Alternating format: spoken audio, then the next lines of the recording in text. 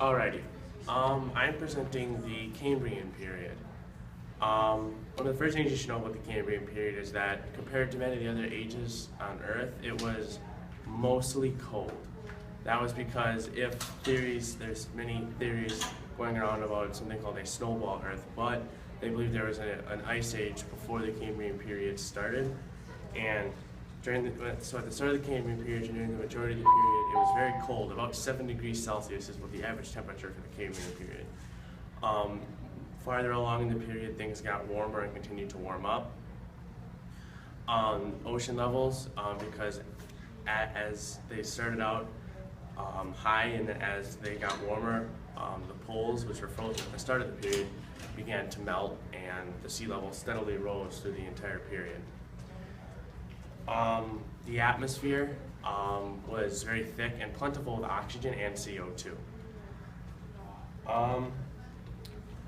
The continents, as you can see, do not resemble the continents you see today.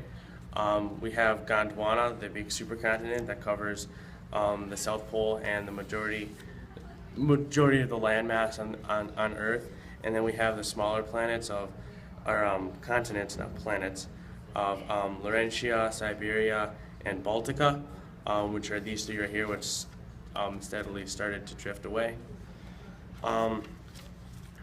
One of the major innovations at the start of the period was eyes. As you can see here, Anomalocaris, which is actually one of the first marine predators ever, had very rudimentary eyes. And while the design has been improved on over millions of years, the basics of the eyes that Anomalocaris and other animals had at the time is still the same. Next, we have another major innovation was exoskeletons, which you can see here with the trilobite. Trilobites had a very thick exoskeleton, almost like an armor. And for a very long time, people thought that trilobites were the most prominent animal of the Cambrian period, and until they went extinct sometime in the Silurian, Devonian period. I take that back. But it's actually because of their armor, their exoskeleton. They preserved much easier than a lot of their counterparts in the Cambrian age. So scientists have thrown out that theory that they were the most prevalent. Next, we have the Opiwiana. It's one of the most unique animals that I found, and one of the most unique designs. You can see it has a very long snout with the jaw and the teeth. I shouldn't say jaw. It was a rudimentary mouth, not a jaw, attached to the end of the stem, and it had an exoskeleton and 6 pairs of eyes to help see around it.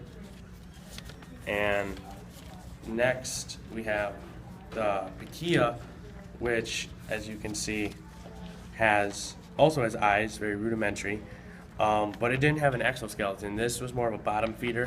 It fed mostly on the thyme at the bottom of the ocean. There were mats of material and food for animals to eat, and this was one of the animals that ate mostly those mats. They're called microbial mats. All of these animals actually, except for the trilobite, went extinct at the end of the period. All life at this time was located in water. In the fossil record, there shows that some animals may have ventured out onto land, but most scientists think that it was accidental, such as a current combined with their speed if they were moving, pushed them onto land. But there were no strictly land animals at this time. There were no animals that even spent half their time in water, half their time in land. Every animal was strictly a water animal.